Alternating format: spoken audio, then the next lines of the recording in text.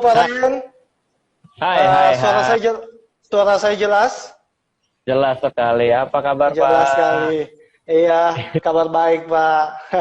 Ya, Pak Ryan lagi di mana nih, Pak Ryan? Di luar. Ah, jadi memang kalau ada live itu saya biasanya cari yang koneksinya paling stabil. Ini kebetulan hanya tinggal satu-satunya hotel di Tangerang yang buka dan ini sudah jadi tempat saya jadi tempat saya biasanya untuk live. Ya. Oke, oke, Ya. siap, Pak. Mungkin Eh, sebelum kita mulai, saya mau sapa ya, dulu ya, ya, Pak ya, ya, ya, untuk ya, ya, silakan. Silakan. follower kita. Jadi, Assalamualaikum warahmatullahi wabarakatuh. Selamat siang, Bapak Ibu Waalaikumsalam. Sobat, Ya. Bapak Ibu Sobat IDX Ultra sekalian, bersama dengan rekan-rekan dari Ryan Filbert. Nah, Nah, hai. hari ini kita kedatangan nih Pak Ryan Filbert yang merupakan praktisi, inspirator, dan penulis buku pasar modal nih. Siap, Eh, siap, siap, siap, nah, siap. jadi banyak banget source of income-nya nih, mantap. Nah, nah Ya. bagi investor Sultra sendiri, Pak Ryan ini bukan orang yang asing ya, karena bulan Februari lalu, Pak ya, Ya. Februari itu masih sempat bikin kegiatan, salah satu kegiatan terakhir nih, Iya, yang iya, iya, tatap iya. muka. Setelah Iya, itu iya, iya, bandara iya. ditutup dan lain-lain nih. Nah, Oke, oke, siap. eh, kami dari Bursa Efek Indonesia mengucapkan terima kasih kepada Pak Ryan. Nah, sebelum mulai nih Pak Sama-sama. Ryan, saya mau kasih Baik. lihat dulu sesuatu nih. Nah, Ah, ini nih nah, yang baik, menambah royalti saya nih. nah, ini bagi investor-investor nih yang follow IDX underscore Sultra, nanti akan ada giveaway nih di Siap. Instagram kami. Nah, jadi ada dua buku nih, bukan cuma satu Pak, ada dua buku. Mantap. Satu lagi dong. Dua-duanya nih, Wah, dua-duanya siap. ini. Oke. Nah, Siap, jadi thank you, Bapak thank Ibu you. Sobat IDX, silakan follow IDX underscore Sultra untuk dicari tahu nih bagaimana caranya. Sebentar setelah kegiatan ini, kami kasih Ya, tahu nih caranya gimana untuk mendapatkan buku dari Pak Ryan Filbert. Nah, ya. langsung ke materi kita nih hari Oh, ini Pak Ryan. mantap. Siap. Ayo, ayo, ayo. eh, Materi kita menarik sekali nih karena judulnya itu cara tambah kaya di saat krisis. Nah, Baik. ini anomali nih Pak Ryan. Iya. Biasanya kalau krisis itu tambah tambah susah, tambah miskin. Nah, gimana nih? Mungkin Pak Ryan Iya. bisa ceritakan sedikit nih gambarannya seperti apa nih? Baik, oke. Thank you ya. Saya sudah diberikan kesempatan. Jadi, saya selalu berusaha setiap kali live dengan seluruh IDX dari KP manapun, saya selalu membawakan materi-materi yang berbeda, ya kan? Biar Ya, bisa siap. selalu menambah insight bagi seluruh teman-teman semua. Oke, jadi gini, pengalaman saya dalam dunia investasi dan keuangan dan hidup saya sudah usia 34, tidak terlalu muda-muda banget, tidak terlalu tua-tua banget, dan saya sudah mengenal investasi dari instrumen pasar modal di Indonesia sejak umur 18 tahun. Nah, sebenarnya kalau dari diri saya sendiri, saya mengalami krisis 2 kali, Pak, yaitu tahun 98 dan krisis tahun 2008. Ketika 98 saya tidak tahu apa-apa karena saya kelas 6 SD. Tahun 2008 saya baru 4 tahun usianya di pasar modal. Itu seperti balita. Jadi baru belajar jalan. Sepeda juga belum bisa gitu kan. Jadi banyak hal yang bisa saya petik. Namun saya mau membagikan 4 hal, 4 tips dari yang saya alami dalam hidup saya. Di mana ada 4 tips ini, 2 saya jalankan dan ini yang menyebabkan saya ada hari ini. 1 saya langgar dan akhirnya membuat saya salah dan membuat saya ada hari ini.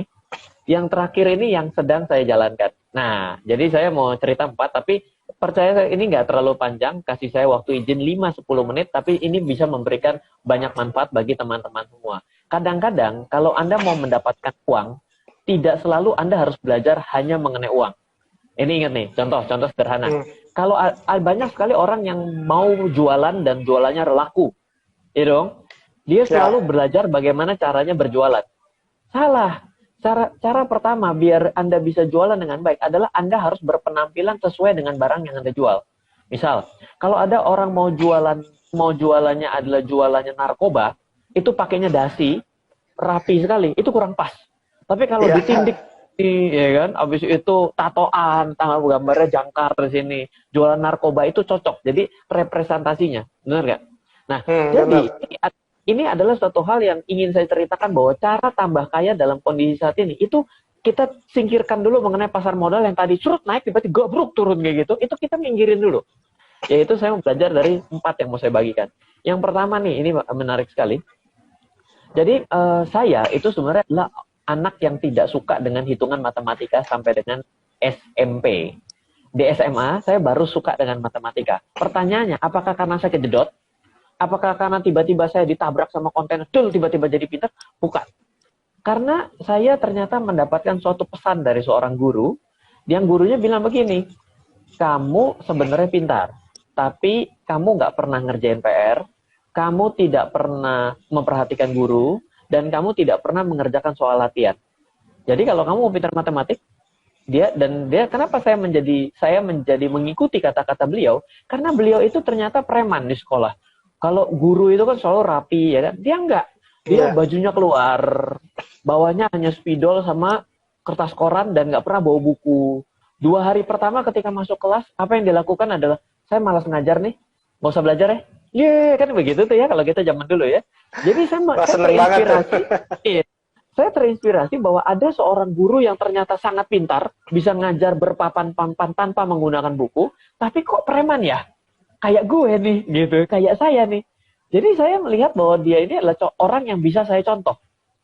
Dan saya begitu mengikuti apa yang dia katakan, otomatis saya langsung tidak bisa menghafal. Saya langsung jago hitungan, olimpiade matematik, saya bisa ngajar matematika sampai hari ini kalau diajarkan diferensial integral, sampai integral trigono pun, sekarang pun saya bisa ngajar. Saya tahun 2009-2012 loh terakhir jadi pengajar. Jadi kenapa bisa? Karena saya mengikuti plek-ketiplek apa yang guru saya pesan kepada saya dan membuat saya pada hari ini suka dengan dunia angka dan saya menyukai ekonomi. Itu juga pasti peran serta dari sana. 1. Jadi ada pesan nih ya. Jadi kalau ada anak Anda yang agak-agak on dalam matematik, itu yang benar adalah jangan disuruh ngeles, tapi disuruh cinta dulu dengan pelajarannya, atau cari guru yang cocok dengan gaya dia. Kalau anaknya pemalas, cari guru yang kelihatannya malas tapi pinter. Pasti ada. Kenapa? Karena frekuensinya sama. Pesan nomor 1. Oke. Sekarang ada pesan nomor 2. Pesan nomor 2 itu adalah, saya ketika dulu itu belajar mengenai keuangan, sangat sulit. Kenapa? Karena saya triple minoritas. Saya sudah cerita bahwa saya triple minoritas. Yang pertama, tidak punya ilmu. Sarjana seni rupa, Pak. SSN. Yang kedua, tidak punya duit. Yang ketiga, tidak direstui orang tua. Papa saya ini seniman. Jadi kalau ngelihat pasar modal, isinya tukang tipu, bandar, tempat judi, ntar lagi meninggal loh. Itu papa saya. Papa saya ini baru tobat mengenai pasar modal 2017. Setelah anaknya dapat piagam penghargaan dari Bapak Presiden terkait literasi. Oh, pasar modal tuh ternyata diakui presiden ya. Buset, kemana aja anaknya udah dari 2004. Ternyata gila juga nih bapak gue gitu ya. Nah, jadi saya mendapatkan satu hal yang saya ingin sampaikan adalah, waktu itu saya bilang, kalau saya sampai bisa, saya harus bisa mengedukasi masyarakat Indonesia. Dan saya harus jadi orang yang bisa menginspirasi di pasar modal. Nah, dan saya ikut sebuah seminar, itu judulnya adalah Bestseller Blueprint. Jadi seminarnya judulnya Bestseller Blueprint. Bagaimana caranya Anda menjadi seorang penulis buku yang bestseller, bagaimana menjadi seorang pembicara yang bisa menginspirasi. Sekarang saya tanya, apakah saya bisa menjadi seorang penulis buku bestseller dan menginspirasi? Kayaknya mungkin mayoritas bilang, iya Pak, Bapak banyak menginspirasi orang. Ini bukan karena saya sombong, tapi saya mau mencoba berbicara dengan sudut pandang bahwa saya mengikuti arahan dari apa yang saya dapatkan. Bagaimana caranya agar buku bestseller? Kalau buku yang bestseller, caranya adalah Anda harus menulis sejujur-jujurnya. Berdasarkan fakta, apa yang sudah Anda praktekkan, dan Anda harus berbagi setiap hari lebih dari 10 orang. Dan saya lakukan. Dan 2012 sampai 2019 sampai dengan 2020, akhirnya saya bisa berkenalan dengan seluruh kantor perwakilan Bursa Efek Indonesia. Saya bisa ikut literasi pasar modal oleh Otoritas Jasa Keuangan. Hampir semua sekuritas saya kenal. Ya, karena hari itu. Karena apa? Saya sudah punya 2 pesan. Pesan pertama terkait saya tidak suka matematik menjadi suka matematik karena ikut pesan daripada guru saya. Yang kedua, saya menjadi seorang penulis pada hari ini yang bisa investor pasar modal yang bisa menginspirasi kepada Anda karena saya mengikuti step by step dari sebuah seminar yang saya ikuti. Ada yang ketiga, ini yang saya langgar dan saya salah. Opa saya itu adalah orang kaya, pemilik pabrik gelas di daerah Bandengan, Jakarta Utara. Jadi kalau opa saya itu tidak takut dikejar pajak dulu, itu satu jalanan di depan istana itu bisa dibeli sama opa saya. Opa saya kaya sekali gitu ya. Ya, opanya, bukan saya. Tapi ada pesan opa saya yang saya langgar, yaitu opa saya, kakek saya, bilang sama saya, Ryan, dalam bisnis, kamu tidak boleh menggunakan hutang berlebih. Pada waktu 2008-2009, ini kan adrenalin anak muda. Ilmunya berdasarkan ilmu lapangan. Jadi saya bilang dalam hati saya, opa saya ini jadul. Itu mah tahun 60-an kali opa, nggak boleh ngutang. Pakai utang. Jadi saya waktu 2011-an itu hutang ke bank saya setiap bulan itu 200 juta aja. Per bulan loh. Ingat, 2012 itu saya dari 2004. Artinya 8 tahun dari berarti usia 25-26an. Hutang 200 jutaan per bulan. Ayo, sekarang ada nggak anak umur 25-an hutang 200 juta per bulan ke bank? Nggak ada toh? Ada saya. Dan itu berat sekali Pak rasanya. Dan saya mulai tiap bulan ini kalau sudah mau harus bayar, saya bilang gila. Ini opa gue bener juga nih. Opa saya meninggal tahun 2008, tahun 2008 ke 2009. Jadi ada kata-kata opa saya yang saya coba sendiri dengan pesan beliau yang saya langgar. Dan saya sadar bahwa itu kalau ditanya 200 juta per bulan buat apa, saya banyak buat usaha dan juga saya banyak membeli properti dengan menggunakan metode high leverage. Itu tadi soalnya ada yang nanya, saya langsung jawab ya. Nah, jadi jadi saya berasa sekali bahwa pesan opa saya itu benar. Dan kalau Anda tanya hari ini, Ryan, apakah Ryan di tahun 2020 memiliki hutang? Nol. Nol betul. Tidak ada. BI checking saya boleh dicek. Silakan. Ada yang bisa akses klik, boleh. Coba cek. Saya tidak punya hutang. Kalaupun ada hutang kartu kredit ataupun hutang sesuatu, itu bulan itu selesai bablas. Kenapa? Karena kartu kredit saya gunakan sebagai alat untuk mencatat semua pengeluaran saya dengan bagus. Dan saya akhir bulan bayar tuntas. Jelas selesai. Tidak ada cicilan 3 bulan, tidak ada cicilan 6 bulan. Tidak ada. Ada beberapa properti yang saya beli dengan menggunakan metode cash bertahap. Yes, betul. Tapi itu tidak masuk ke dalam BI checking. Yes, artinya saya sehat secara hutang piutang saya. Jadi ada 3 pesan. 2 pesan saya ikuti dan membuat saya ada hari ini. 1 pesan saya langgar tapi akhirnya saya ikuti, membuat saya ada hari ini. Andaikan hari ini saya punya banyak hutang, dengan kondisi work from home, maka saya sudah sayonara goodbye my love juga. 3 pesan. Oke. Nah, pesan keempat. Berbicara mengenai pesan keempat, ini adalah pesan yang related dengan kondisi kita hari ini. Anda kalau mau menjadi orang kaya, itu adalah selalu berpikir 2 hal. Bisa melihat sesuatu yang belum terjadi. Yang kedua, atau Anda konsisten dalam melakukan. Cuma 2 prinsip orang kaya. Contoh gini. Pasti kita tahu bahwa ada satu tiba-tiba tren bisnis yang tiba-tiba naik dengan cepat sekali. Pasti begitu ada. Dan pasti ada juga orang yang masuk ke dalam bisnis itu di awal dan dia akhirnya menjadi orang yang kaya. Contoh, bisnis batu akik. Itu waktu itu kan tiba-tiba langsung naik daun.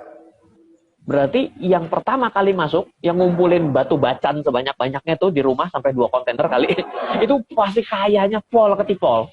Betul? Nah, terus habis itu, kalau ada orang yang main, misalnya zamannya main boba-boba, sekarang mulai boba-boba kan, kopi-kopi dan boba. Itu kalau pertama kali masuk, tiba-tiba, dan ternyata momennya benar, seret langsung naik jadi orang kaya. Jadi, Anda punya kemampuan untuk menganalisa tren. Yang kedua, atau Anda disiplin dalam melakukan. Loh, kok bisa ngomong disiplin melakukan? Contoh sederhana. Ada yang pernah dengar yang namanya brand Dunkin Donut? Pasti pernah dengar. Tapi pernah dengar ada yang namanya brand-brand lain, misalnya Johnny Andrean punya Jeko, ada Krispy Kreme. Ada beberapa tahun yang lalu, itu tiba-tiba Dunkin Donut itu dihantam habis-habisan, Jeko masuk di Kelapa Gading, saya ingat sekali Pak, Buset itu ngantri yang Jeko. Belum buka mallnya, Jeko sudah rame. So, kacau deh. Kenapa? Karena ada tren baru, tapi Dunkin Donut sampai hari ini pertanyaan saya, apakah Dunkin Donut ada dan bertahan? Ada. Tetap bertahan. Kok bisa ada dan nggak? Berarti itu baru dia bisnis yang sustain. Berarti pilihannya dua, mampu menganalisa tren atau Anda tetap ada dalam keadaan apapun juga. Nah, cara untuk kaya, Anda punya dua pilihan pada hari ini. Anda lihat bahwa bisnis mengalami penurunan. Yes, of course. Pasar mengalami berguguran, jatuh. Yes, of course. Harga minyak, harganya negatif. Yes, of course. Hari ini tidak boleh keluar rumah. Dibatasi untuk bisnis. Hari ini bukan orang nggak mau berbisnis loh. Tapi hari ini dibatasi untuk berbisnis. Of course, kita lihat itu semua. Kalau kita melanggar berarti kita tidak mendukung. Tapi, kalau Anda mau berpegang pada dua ini, mari kita bicara dengan yang namanya disiplin terlebih dahulu. Kalau Anda pelajari, saya sudah belajar krisis di dunia. Pemetaan krisis saya pelajari dari tahun 1890. 1890 dari Standard & Poor's, Nasdaq, Dow Jones Industrial Average. 3 indeks di dunia. Saya sudah bergeser ke indeks Nikkei 225. Saya sudah belajar HSI, Hong Kong Strike Index. Dan juga saya sudah STI, Singapura. Saya juga sudah mempelajari Kuala Lumpur. Saya juga sudah mempelajari indeks harga saham gabungan di Bursa Efek Indonesia.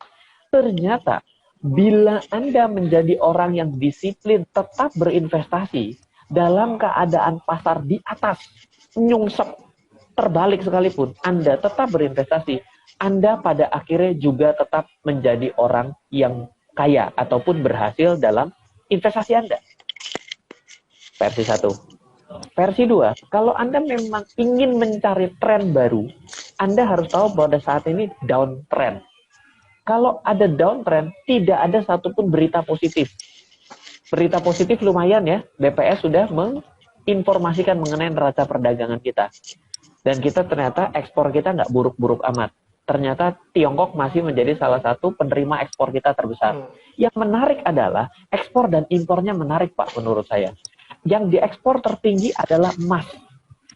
Yang diimpor yang tertinggi adalah bahan makanan sisa. Nggak masuk akal.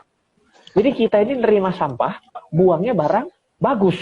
Barang investasi gitu kan. Yeah. Inilah Indonesia Raya lagunya, lucu-lucu, orangnya lucu-lucu. Kan dulu ada tuh lagu ya, lagu Tripek tuh ya. Indonesia negeriku, orangnya lucu-lucu. Iya, orangnya lucu-lucu bener. Kirim barang ke emas, terimanya sampah. Bingung gue gitu. Jadi, apa yang mau coba kita lihat adalah, kalau tren pada hari ini turun, maka Anda sebenarnya harus lebih mengambil suatu prinsip yang menarik bahwa ketika berita buruk, sebenarnya investasi itu menarik. Kenapa? Karena semua barang murah. Anda hanya tinggal memilih barang murahan dan murah. Kalau nanti pasarnya sudah naik, sudah uptrend, Anda nggak akan kekejar. Uang Anda menjadi tertinggal lagi pertumbuhannya. Jadi, berdasarkan pelajaran hidup yang ada 4 yang saya terima, di mana 1 hari ini yang hari ini saya alami, yang saya jalani yang juga sama dengan Anda, cara untuk kaya adalah Anda belajar mengenai historis. Dan ternyata pesan historis sederhana. Ketika pasar turun, itu saatnya Anda berani membeli. Dan terus membeli. Ketika pasar naik, ya sudah, terus membeli saja. Sampai kapan? Sampai tujuan investasi Anda tercapai. Jadi sebenarnya yang mau saya sampaikan ya 4 poin ini. 3 sudah saya rasakan. 1 saya alami dan saya jalani sama seperti Anda juga hari ini. Ya Pak, luar biasa sekali ya. Tadi ada beberapa poin yang Bapak Ryan sudah sampaikan. Tadi pertama itu kayaknya yang mengikuti pesan guru Pak ya? Iya. Dari gurunya. Terus ikutin aja. Iya, terus cari ilmunya nih step by step, belajar, mungkin cari tahu dulu nih seminar, baca-baca, nonton juga YouTube-nya Pak Ryan juga banyak nih ilmu bisa didapat. Silakan. Baca buku juga. Nah, terkait nih kalau kita hubungkan nih Pak dengan pasar modal. Nah, untuk kondisi saat ini nih Pak, sebenarnya menjadi trader atau investor nih yang paling memungkinkan kita untuk kaya untuk saat ini. Mungkin bisa dijelaskan dulu Pak. Baik, kalau menjadi seorang pedagang, kebetulan saya kemarin diwawancara juga oleh salah satu komunitas ya. Saya jelaskan bahwa menjadi seorang trader itu adalah profesi. menjadi seorang investor itu adalah sebuah gaya hidup. Jadi, dalam kehidupan kita itu sebenarnya sudah didesain menjadi seorang investor. Menikah tuh investasi kehidupan. Iya dong. Sekolah itu investasi. Segala sesuatu, saya berkenalan dengan seluruh teman-teman adalah investasi dalam komunitas ataupun networking saya. Karena itulah yang disebut dengan gaya hidup. Jadi investor itu sebenarnya adalah gaya hidup. Siapapun itu bisa menjadi investor dalam hal apapun. Tapi trading itu adalah profesi. Yang namanya profesi membutuhkan skill, membutuhkan knowledge. Karena apa? Karena tidak akan muncul secara alami. Jadi, kalau Anda mau menjadi seorang trader, yang harus Anda perkuat, yang harus Anda pertebal adalah skill-nya, mengasah skill-nya. Kalau Anda menjadi seorang investor, yang harus Anda lakukan adalah mengasah disiplinnya. Jadi, dua hal yang berbeda. Yang mana yang lebih cepat kaya? Di mana-mana pedagang yang kaya duluan, Pak. Ada satu kejadian. Kita coba cerita ada demam emas Klondik. Ada kalau misalnya suka dengan baca Paman Gober, pasti ada tahu namanya demam emas Klondik. Itu di Amerika di sana. Itu adalah ketika semua orang berbondong-bondong, ribuan orang pergi menambang emas. Pertanyaannya adalah, siapa yang pertama kali mendapatkan $1 juta dari demam emas itu? Ayo, kira-kira siapa, Pak? Penambangnya? Atau yang pemilik tambangnya? Ayo, kira-kira siapa yang mendapatkan $1 juta? Ayo, mari kita berimajinasi. Pemilik tambangnya, Pak. Pemilik tambang. Jawabannya yang mendapatkan $1 juta pertama kali adalah pedagang sekop. Betul kan? Bukan investornya, pemilik tambang adalah investor. Yang berinvestasi dalam menambang adalah investor. Yang berdagang adalah berdagang skopnya. Dia tidak peduli mau siapa yang beli, siapa yang nambang, pokoknya beli sekop sama saya. Jadi pedagang itu adalah yang pertama kali kaya dan yang pertama kali rugi. Jadi menjadi seorang pedagang itu kemampuannya harus bisa membaca trend. Masih ingat dong tadi? Ya saya tadi kan cerita mengenai baca trend. Nah jadi bila Anda ingin menjadi seorang trader di pasar modal, maka Anda adalah orang yang pertama kali kemungkinan untuk kaya. Dalam kondisi apapun, naik, turun, terbalik, semua tetap sama. Pedagang itu adalah orang yang pertama kali untuk mendapatkan uang. Tapi, kalau Anda mau menghimpun aset agar uang bekerja untuk Anda, maka jawabannya adalah investor. Seperti itu. Mantap, Pak. Pak Ryan, kebanyakan masyarakat kita mungkin sudah tahu nih tips-tipsnya jadi kaya dan lain-lain. Mereka sudah tahu nggak boleh utang, mereka sudah harus belajar tren analisa, tapi kadang pada saat eksekusinya mereka ini nggak konsisten, nggak disiplin. Gimana kira-kira nih, Pak Ryan? Ya, jadi memang ada pepatah yang mengatakan belajar ke negeri Cina ini adalah suatu pepatah yang benar adanya, Pak. Coba kita pelajari ya, bahwa di 15 tahun yang lalu, kita jangankan mau beli handphone Cina, mau beli casing dari Cina pun rasanya sebel. Kenapa? Begitu dia pasang ya, di handphone Nokia kita zaman dulu nih, begitu dipasang, atasnya bisa ngangkat tuh, Pak. Iya kan? Nah dong, pasti ngerasain ya. Terus habis itu mulai dengan yang namanya handphone Pochin, handphone Cina. Itu handphone Cina itu handphonenya cepat panas, ngehang segala macam. Dan ternyata evolusi dari industri telekomunikasi Cina itu hanya cukup 15 tahun saja. Hari ini semua orang pakai handphone rata-rata handphone Cina. Bahkan Apple pun punya manufacturing ada di Cina. Jangan ditanya lagi Xiaomi lah, Infinix lah, Redmi lah, semua jangan ditanya. Semuanya adalah Cina. Jadi, apa yang dimaksud dengan belajar dari Cina? Kalau Anda mau belajar, yang paling gampang itu adalah belajar dengan cara contek saja ilmunya. Oh, saya harus menentukan support dan resisten. Bagaimana cara menentukan support dan resisten? Oh, support itu adalah 2 bottom dijadi 1, maka ini disebut dengan double bottom. Oke, berarti saya bisa tarik garis ini disebut dengan support. Ikuti saja. Begitu Anda lihat yang namanya paling atasnya adalah resisten. Oh, 2 angka ekstrim yang atas disebut dengan ditarik, disebut dengan resisten. Ikuti saja. Oh, ternyata kalau kita harus membeli adalah ketika disupport. Oke, saya akan beli. Kok salah ya? Kok kenapa tetap turun? Oh, bagaimana caranya mengantisipasi agar kita yakin bahwa ini adalah penurunan dan mau rebound, Atau ini adalah turun dan terus turun. Oh, ada ciri-ciri pasar berbalik arah.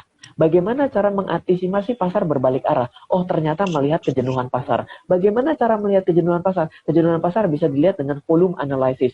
Bagaimana cara membaca volume analysis? Oh, ketika volume turun secara terus-menerus, maka itu disebut dengan kejenuhan pasar. Jadi, kita memang harus belajar itu stages.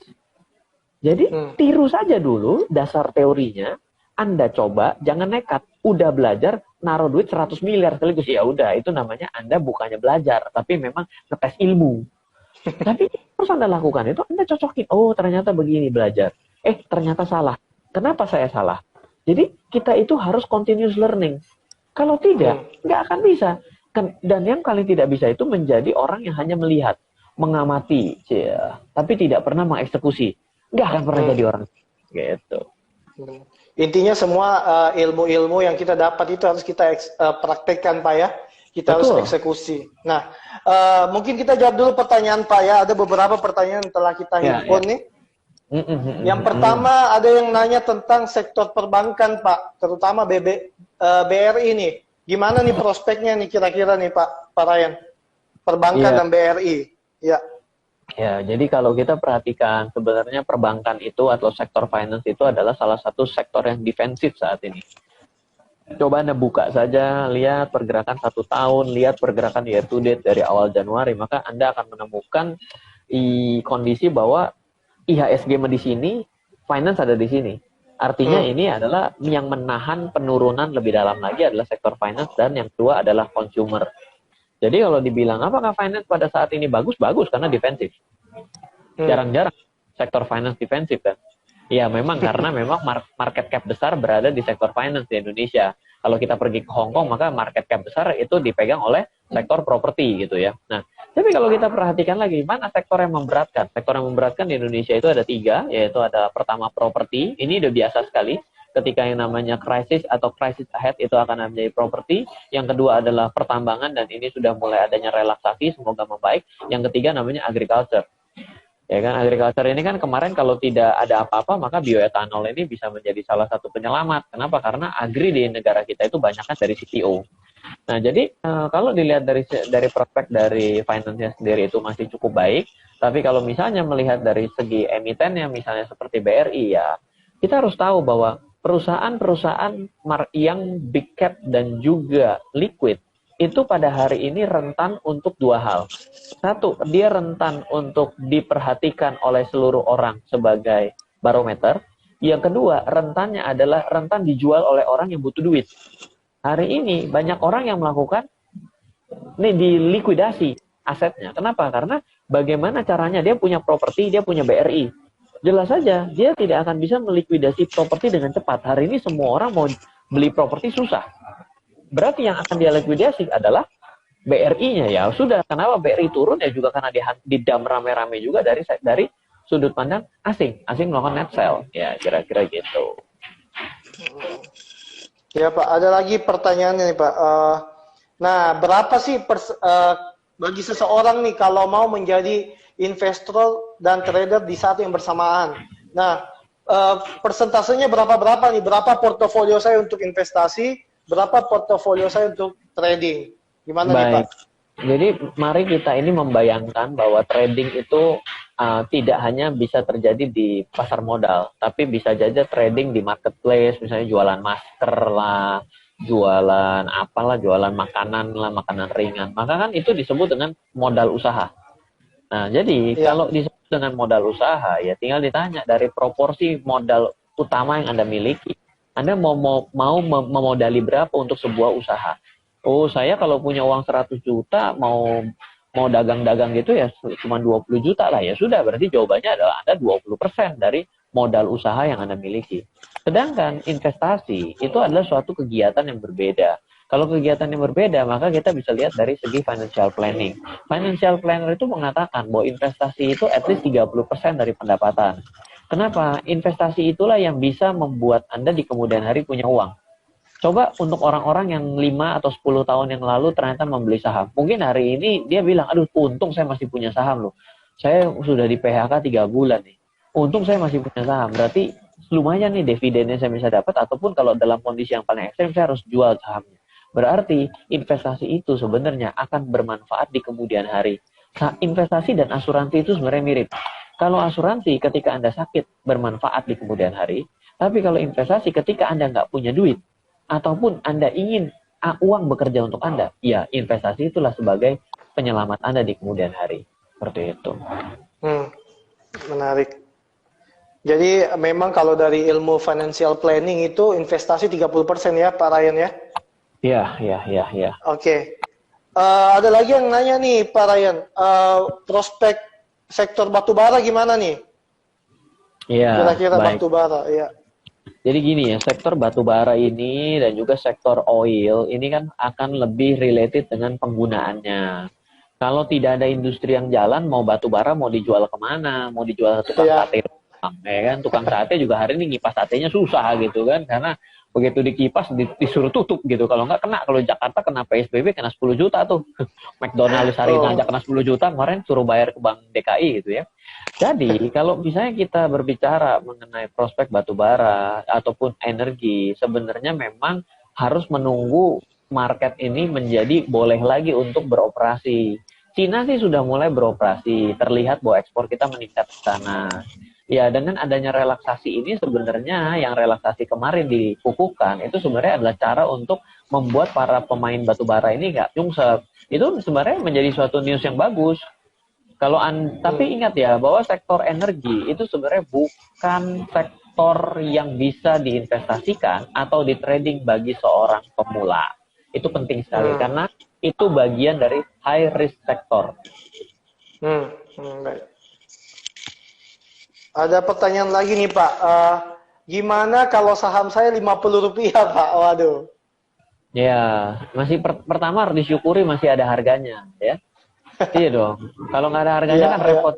Meskipun kalau udah RP 50 di pasar negosiasi nggak tahu di berapa. Ya kalau sudah ada di 50 ya semoga Anda bisa menjual di pasar nego ataupun Anda bisa jual juga di 50 sehingga Anda bisa exit. Tapi yang saya lebih worry adalah berapa banyak Anda loss. Nah, loss ini adalah guru paling berharga. Jadi kalau memang sudah dalam kondisi seperti ini dan Anda memang melihat bahwa ternyata company-nya memang company hari ini perusahaan jelek itu perusahaan yang kelihatannya bagus dan ternyata jelek itu hari ini muncul. Jadi ya Anda harus realistis melihat laporan keuangannya, wah parah nih ternyata. Ya sudah, Anda berarti sudah salah dalam berinvestasi. Di kemudian hari ya Anda tahu bahwa tidak boleh melakukan investasi dengan cara seperti itu. Intinya dijadikan sebagai pelajaran Pak ya ke depannya. Oh nggak mau. Iya, sorry to say. Sangat sorry to say. Baik Pak, ada pertanyaan lagi nih menarik nih Pak terkait salah satu produk utama juga di pasar modal yaitu reksadana indeks atau ETF. Ada yang bertanya nih kira-kira kalau untuk 3-5 tahun itu apakah rekomendasi nggak Pak beli ETF? Baik, ya ini pertanyaan bagus ya. Jadi gini Pak, bahwa kita harus tahu bahwa reksadana pada umumnya itu hanya ada 4, yaitu reksadana saham, reksadana campuran, reksadana pendapat tetap, dan reksadana pasar uang. Nah, yang namanya reksadana pasar uang dan teman-temannya itu, semuanya itu dipilih isinya oleh fund manager, manajer investasi. Nah, di Amerika itu beberapa tahun yang lalu melihat bahwa, ternyata no one can beat the market ya. Fund manager ini tidak ada satupun yang mampu mengalahkan kinerja Dow Jones dan Nasdaq dan S&P ya. Kalau gitu kenapa kita tidak ikuti plek-plek saja pergerakan daripada pilihan saham Dow Jones? Jadi boleh dibilang kalau dia bilang mutual fund index DJI 30 maka 30 DJI itu dibeli. Begitu DJI-nya berganti akan diganti. Sama kayak di Indonesia kalau misalnya ikutnya sebagai IDX 30 maka secara otomatis begitu IDX 30 diganti, fund manager harus ganti agar reksadana indeksnya itu sama gitu. Nah, ini adalah dua aliran yang berbeda. Di mana reksadana itu ditugaskan untuk mengalahkan kinerja indeks acuannya. Reksadana indeks dan ETF ditugaskan untuk menyamai persis kinerja indeksnya. Ya, sekarang kalau Anda mau flashback ke belakang, masih cukup banyak produk reksadana di Indonesia yang memang bisa mengalahkan kinerja indeksnya. Oke, tapi kalau Anda memang bilang begini, sudahlah, tidak ada satupun yang bisa mengalahkan IHSG sendiri. Tidak ada satupun yang bisa mengalahkan IDX 30 sendiri. Ya berarti Anda memang lebih baik membeli reksadana indeks ataupun ETF. Kenapa? Karena kalau reksadana indeks itu Anda tidak perlu pusing lagi. Karena Anda sudah akan menyamai kinerja dari indeks acuannya. Berbedanya apa antara ETF dengan reksadana indeks? Reksadana indeks Anda harus jual kembali kepada fund manager. Kalau ETF Anda bisa melakukan transaksi sama seperti melakukan jual beli saham di jam 9 sampai jam 4 sore. Catatan pentingnya cuma satu, perhatikan likuiditas dari ETF yang Anda beli. Karena apa? Karena saat ini spreadnya masih jauh. Jangan Anda dalam kondisi jangka pendek, Anda masuk, begitu dibeli di sini, walaupun naik tetap di sini. Berarti Anda BEP juga. Akibat apa? Karena likuiditas yang kurang. Baik. Menarik sekali. Nah, ini ada yang nanya lagi nih Pak Ryan. Yo. Saya mau nanya, ketika Koko mulai investasi di pasar modal Indonesia, tujuan investasinya dulu apa Pak Ryan? Terus akhirnya gimana? Boleh diceritakan? Baik, jadi ketika usia saya 18 tahun, ya namanya orang, masih anak muda, punya uang, saya dulu dagang online, ya dagang online nggak kayak hari ini gitu ya. Kalau dagang online itu dulu mantep deh, marginnya tebel-tebel ya kan. Jual handphone Nokia 8.800 itu barang harga 4,5 juta, modal kita ngambil dari Cina 3.200.000, jadi marginnya tebel luar biasa gitu. Nah, jadi pada waktu itu ketika saya punya uang, saya hidupnya jadi lebih boros, ya kan? Ya udah boros sangat pula. Jadi kelihatan lah model-model muka sombongnya masih terasa sampai hari ini gitu ya.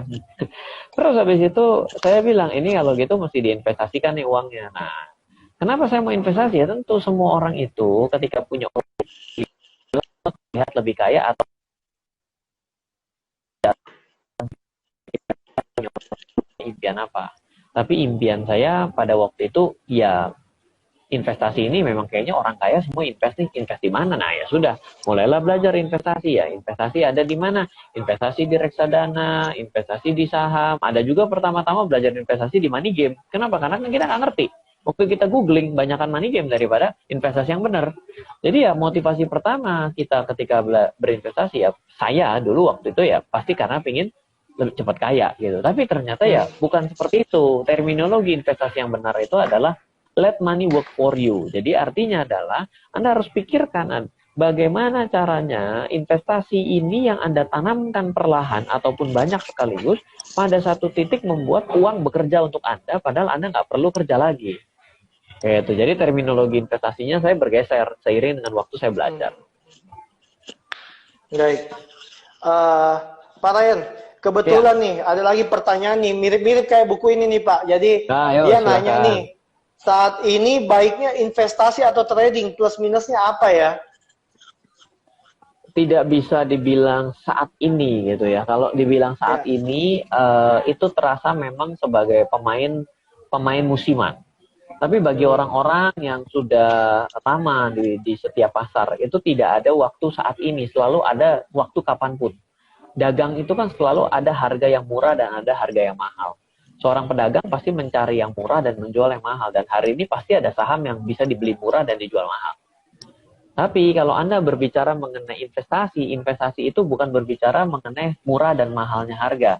Tapi kita membandingkan dengan nilai, atau disebut dengan undervalue atau overvalue. Hari ini banyak sekali nilai-nilai saham yang lebih tinggi daripada harganya hari ini. Sehingga ya tentunya bagi Anda seorang investor lebih tertarik untuk bisa mencari barang-barang seperti ini. Baik. Ada lagi nih Pak. Cara memilih sekuritas yang baik nih dari Pak Ryan, kira-kira gimana? Ya, semua ada plus minusnya ya. Betul, jadi gini, ada beberapa tips bila Anda mau mencari sekuritas yang baik, adalah semua sekuritas pasti baik.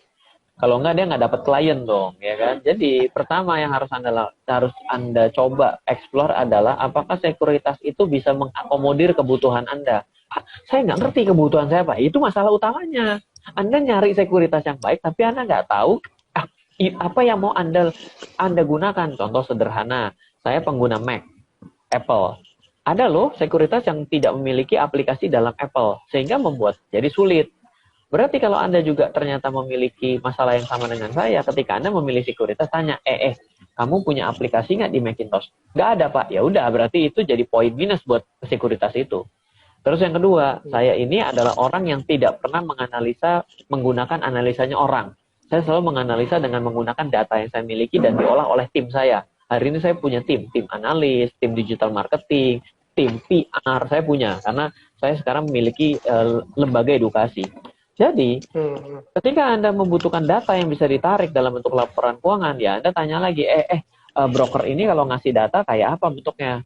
Bisa ditarik nggak saya download? Nggak bisa, Pak. Bapak baca aja yang ada di layar. Yuk, terus gimana cara analisa? Ya udah, analisa di situ. Oh, berarti nggak cocok dengan cara Anda menarik data.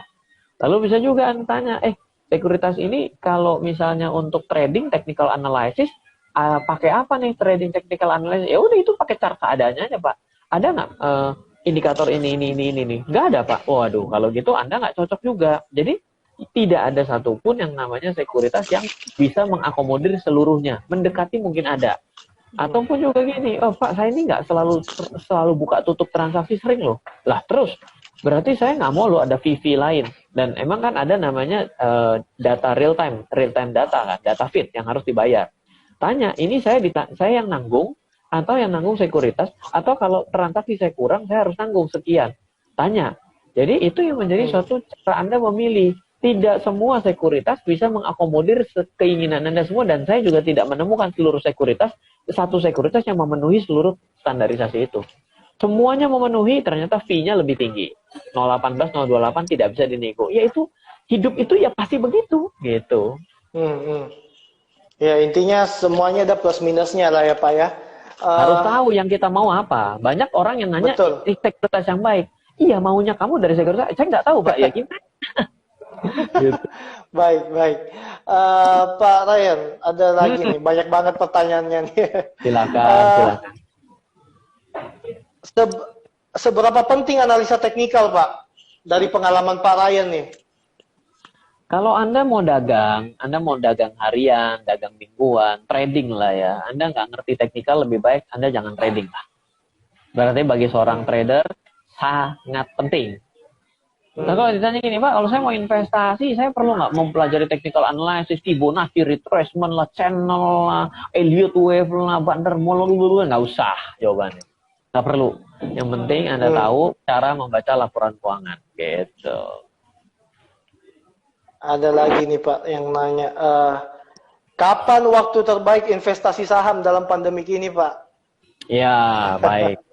Ada sebuah pepatah Cina yang mengatakan bahwa pemanasan global warming yang terjadi hari ini, cuaca yang tidak menentu, itu karena ulah-ulah kita semua. Kita buang sampah sembarangan, penggunaan plastik berlebihan, penebangan liar, habis itu narik yang namanya air tanah ditarik sebesar-besarnya, ya kan? Itu sudah terjadi dan kita semua menyesal. Dan akhirnya orang bilang, harusnya kita menanam pohon ya 25 tahun yang lalu. Iya dong. Dan ternyata 25 tahun yang lalu kita nggak menanam pohon. Terus ditanya, sekarang udah kejadian parah gini, waktu terbaik untuk mulai menanam pohon kapan? Iya, jawabannya ya sekarang. Jadi kalau Anda bilang bahwa, aduh saya ini bingung ya, saya kemarin bulan Maret sayang sekali, harga terendah saya tidak masuk. Anda akan selalu menyesal. Dan kalau ternyata nih besok tiba-tiba Kalbe Pharma bilang, hoi saya menemukan vaksinnya, pasar langsung naik ke atas. Anda akan bilang, kenapa saya nggak invest? Akan selalu kenapa. Pertanyaannya memang karena Anda itu menjadi komentator dalam investasi dan trading, tapi Anda nggak pernah ikut ambil bagian. Jadi kalau orang lain sukses karena dia melakukan, itu bukan ada rahasia khususnya. Sama seperti satu buku yang membahas, itu nama bukunya Good to Great. Dia mengatakan bahwa banyak sekali orang yang lulus di Harvard. Bukan hanya Bill Gates. Pada tahun 70 itu banyak orang yang jago coding juga, bukan hanya Bill Gates. Tapi kenapa Bill Gates sukses dengan Microsoft-nya? Jawabannya adalah karena Bill Gates berani mencoba untuk membuat usaha berbisnis software. Kenapa yang lain tidak sukses? Karena yang lain tidak melakukan. Knowing is nothing, but applying what you know is everything. Mantap. Pak, salah satu cara lebih kaya lagi di pasar modal ini, kalau saya lihat sih value investing ya. Jadi beli saham-saham yang mungkin fundamentalnya bagus tapi lagi diskon nih sekarang nih. Nah, ada pertanyaan nih terkait juga dengan hal itu. Bagaimana melihat atau menilai masa depan perusahaan untuk mengambil keputusan saat ini, Pak. Oke, siap. Baik. Jadi menganalisa fundamental itu sama seperti memilih pasangan hidup. Pertanyaannya sederhana, kenapa orang itu mau kamu nikahi? Oh iya Pak, karena dia tidak pernah minum minuman keras, pulang selalu tepat waktu, tidak pernah berbohong, selalu rapi, pekerja keras, disayang bosnya, mampu berkomunikasi dengan baik, jujur sekali, ibunya semua itu memang dari golongan ini orang-orang yang memiliki sopan santun yang bagus. Makanya saya mau menikah. Ya sudah, jawabannya sama. Bagaimana Anda melihat prospek dari sebuah perusahaan? Sama.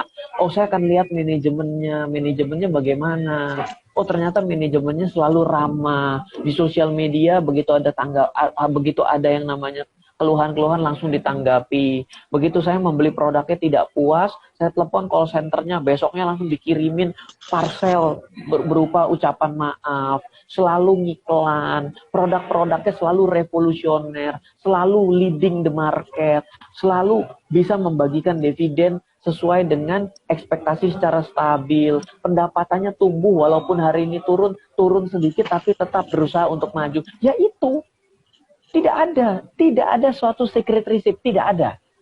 Semua itu muncul dengan sendirinya. Anda itu sudah memiliki kemampuan dasarnya. Ya kalau Anda sampai salah dalam memilih pasangan hidup, itu memang Anda menjadi investor yang nggak bagus juga. Oke. Siap. Pak, ada tips nggak nih Pak, kalau misalkan ibarat kata sahamnya nyangkut nih, gimana nih kira-kira? Karena awalnya mereka sudah profit, tapi gara-gara pandemi sahamnya turun, gimana nih Pak? Pertama adalah apakah dia ini seorang trader atau investor. Seorang trader pasti memiliki stop loss harusnya. Kalau tidak ada stop lossnya berarti itu trader yang diragukan ketraderannya. Kalau dia investasi, ketika sahamnya turun, Anda cuma lihat benar nggak penurunan ini tercermin pada laporan keuangannya yang buruk. Kalau laporan keuangannya nggak buruk, turunnya itu akibat para trader dan juga para spekulan keluar. Dan juga para pelaku-pelaku besar itu harus keluar karena apa? Karena dia butuh uang. Kalau Anda nggak butuh uang, ya Anda nggak perlu kenapa-napa. Anda justru berani beli lagi. Yang kedua, bila Anda ternyata sudah terlanjur loss, yang Anda harus lakukan adalah Anda melihat apakah Anda harus stop loss atau tidak. Kenapa? Dengan Anda membiarkan barang Anda tetap loss, di mana tidak tahu di kemudian hari naiknya pasar kapan, maka Anda sebenarnya unrealized loss dan juga Anda rugi dari sudut pandang waktu. Kenapa? Dengan uang yang Anda miliki setelah stop loss, Anda beli di tempat lain. Bisa jadi itu memberikan potensi berlebih untuk Anda. Jadi Anda jangan takut dengan kata-kata stop loss, biasa saja. Nah, bagi orang yang tidak pemula dalam mengambil stop loss, itu tidak suka untuk melihat kerugian. Aduh Pak, masa saya minus 50 juta Pak? Oke, kalau gitu pertanyaannya gini, Pak, ada nggak barang Bapak yang untung 50 juta? Ada Pak, saya ada untung 55, yang rugi 50 juta, ya sudah. Yang 55 dan yang 50 dijual. Tapi yang dijualnya 50 saja yang untung. Sehingga Anda masih tetap untung 5 juta, tapi Anda tidak rugi 50 juta. Kenapa? Karena untung 50 juta Anda sudah menutup kerugian yang 50 juta. Berarti dinetik, selesai. Anda tarik uangnya, trading lagi dengan cara yang benar, invest lagi dengan cara yang lebih benar. Baik, mungkin saya kembali mengingatkan lagi ya, Bapak Ibu Sobat IDX Ultra, silakan follow Instagram kami, nanti akan ada 2 giveaway buku dari Pak Ryan Filbert nih, Trading versus Investing. Waktu kita mungkin tinggal 10 menit kurang lebih. Ya, mungkin Pak Ryan bisa cerita sedikit tentang buku ini dan closing statement Pak, kesimpulan tentang cara tambah kaya nih di saat krisis. Silakan Pak, 10 menit. Ya. Baik, jadi kalau dalam buku Trading versus Investing itu saya berusaha untuk mengambil suatu hal yang ekstrim, bahwa banyak sekali orang selalu memperdebatkan trading dan investasi. Di ujung daripada buku itu saya menjawab bahwa trading dan investasi itu tidak bisa dipertandingkan. Trading itu untuk mencari uang jangka pendek, investasi itu untuk menghidupi kita jangka panjang. Jelas nggak sama. Bagaimana caranya seorang sprinter mau diadu lari maraton? Ya nggak mungkin, strateginya berbeda. Jadi jangan pernah dipertandingkan. Oke, itu yang pertama. Nah, kedua, saya mau cerita bahwa di dunia ini kadang-kadang tidak ada suatu hal yang disebut dengan secret recipe. Semuanya itu sudah ada, tapi masalahnya Anda mau lakukan atau tidak. Jadi kalau dalam kondisi corona seperti ini ya, dan Anda memiliki kuota berlebih, itu banyak-banyaklah nonton.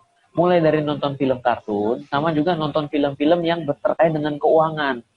Kenapa? Karena dari nonton film kartun itu biasanya lebih bagus menurut saya, karena dibuat dengan pesan-pesan moral yang begitu banyak.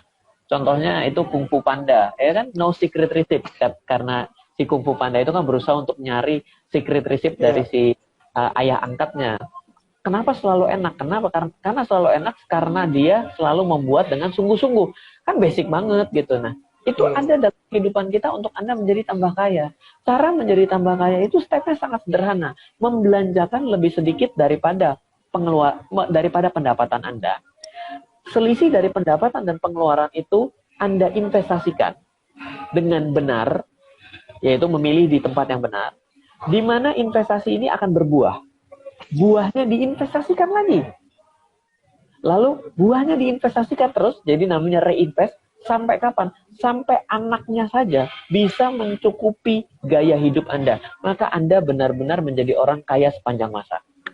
That's it. Baik. Luar biasa sekali ya. Terima kasih banyak Pak Ryan. Mungkin karena keterbatasan waktu juga, saya mewakili kantor perwakilan Bursa Efek Indonesia Sulawesi Tenggara mengucapkan terima kasih atas waktunya Pak Ryan. Moga-moga nanti setelah pandemik ini bisa berkunjung lagi ya ke Kendari. Pasti.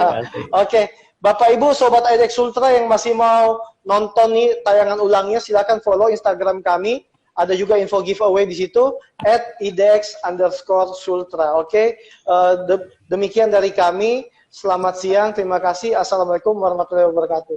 Terima kasih Pak Ryan. Dadah, thank you.